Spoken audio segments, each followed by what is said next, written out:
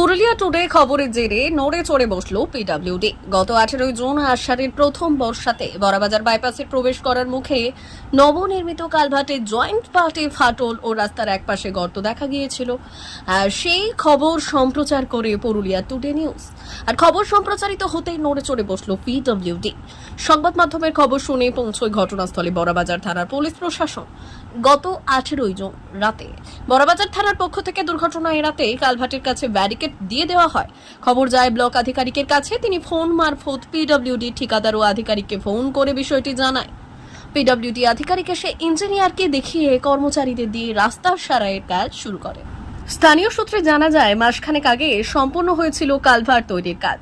1 মাস যেতে না যেতে সেই কালভার্টের পাশ বসে যায় মাটিতে। 1 মাসের মধ্যে কালভার্ট নিচে বসে গেছে, অথচ সেটি পুনরায় নির্মাণ না করে জোড়া তালি দিয়ে মেরামত করা হচ্ছে। বসে যাওয়া অংশের নিচে ছাই দিয়ে ঢোকানো হচ্ছে বালি, আর উপরে ফাটল ভর্তি করা হচ্ছে পিচ ঢেলে। বসে যাওয়া জায়গায় করা হচ্ছে ঢালাই, অথচ সাইডের ফাটল রয়েই গেছে। নিচে বসে যাওয়া কালভার্টের ওই অংশ পুনরায় ভালোভাবে নির্মাণ না করলে কোনোভাবেই টিকবে না, এমনই দাবি উঠেছে এলাকাবাসী। প্রশ্ন উঠছে যে প্রায় 1 মাস আগে নির্মাণ কাজ সম্পন্ন হয়েছে, তা যদি 1 মাসের মধ্যে এই অবস্থা হয়, তাহলে এই কালভার্ট আর বেশি দিন টিকবে না। অতি নিম্নমানের কাজ হয়েছে। সংশ্লিষ্ট দপ্তর বা প্রশাসন এই বিষয়গুলিকে কেন প্রশ্রয় দিয়ে রেখেছে তা নিয়ে উঠছে প্রশ্ন। এই তো সবে বর্ষাকাল শুরু হয়েছে, শ্রাবণের বর্ষায় কি টিকবে এই কালভার্ট, নাকি থুক পালিশের জেরে সম্পূর্ণরূপে যোগাযোগ বিচ্ছিন্ন হবে বড়বাজারবাসীর? বড়বাজার থেকে সঞ্জয় চৌধুরীর রিপোর্ট, পুরুলিয়া টুডে।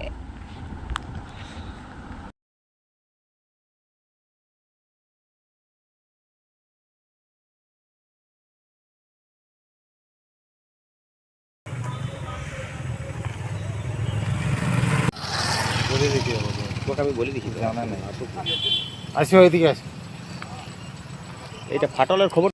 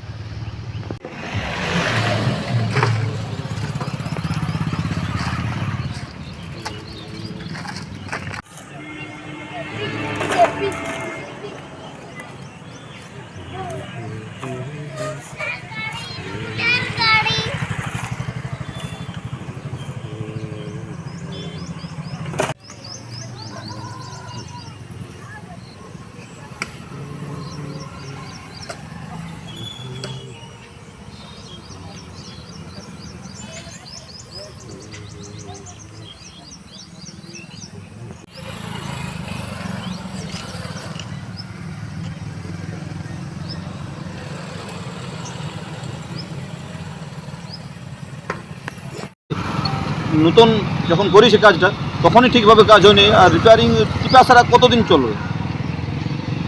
ভিতটাই যদি শক্ত না হয়, তাহলে ওই টিপা ছাড়াটা টিকবে না। মেরামত এটা হওয়ার পরেই, খবর যাওয়ার পরেই আপনাদের মতো কোনো সাংবাদিক এখানে তুলে ধরেছিল। তৎক্ষণাৎ বড়বাজারের প্রশাসন, পুলিশ প্রশাসন এবং এই ডিপার্টমেন্টের ইঞ্জিনিয়ার বা এজেন্সির লোকজনকে নিয়ে আলোচনা হয়েছিল। এটা মূলত কাজ করলে তো উপরে রিপেয়ারিং হলে তার নিচেটা তো থেকেই যাচ্ছে, ফলে এটা আর টিকবে না বেশি দিন। এদের উচিত তো কংক্রিট পুনরায় তৈরি করাও, আমরা এটাও দাবি করছি। ফলে এরা নিম্নমানের কাজ করছে, এই জন্যে এই কাজ স্থায়ীভাবে টিকবে না।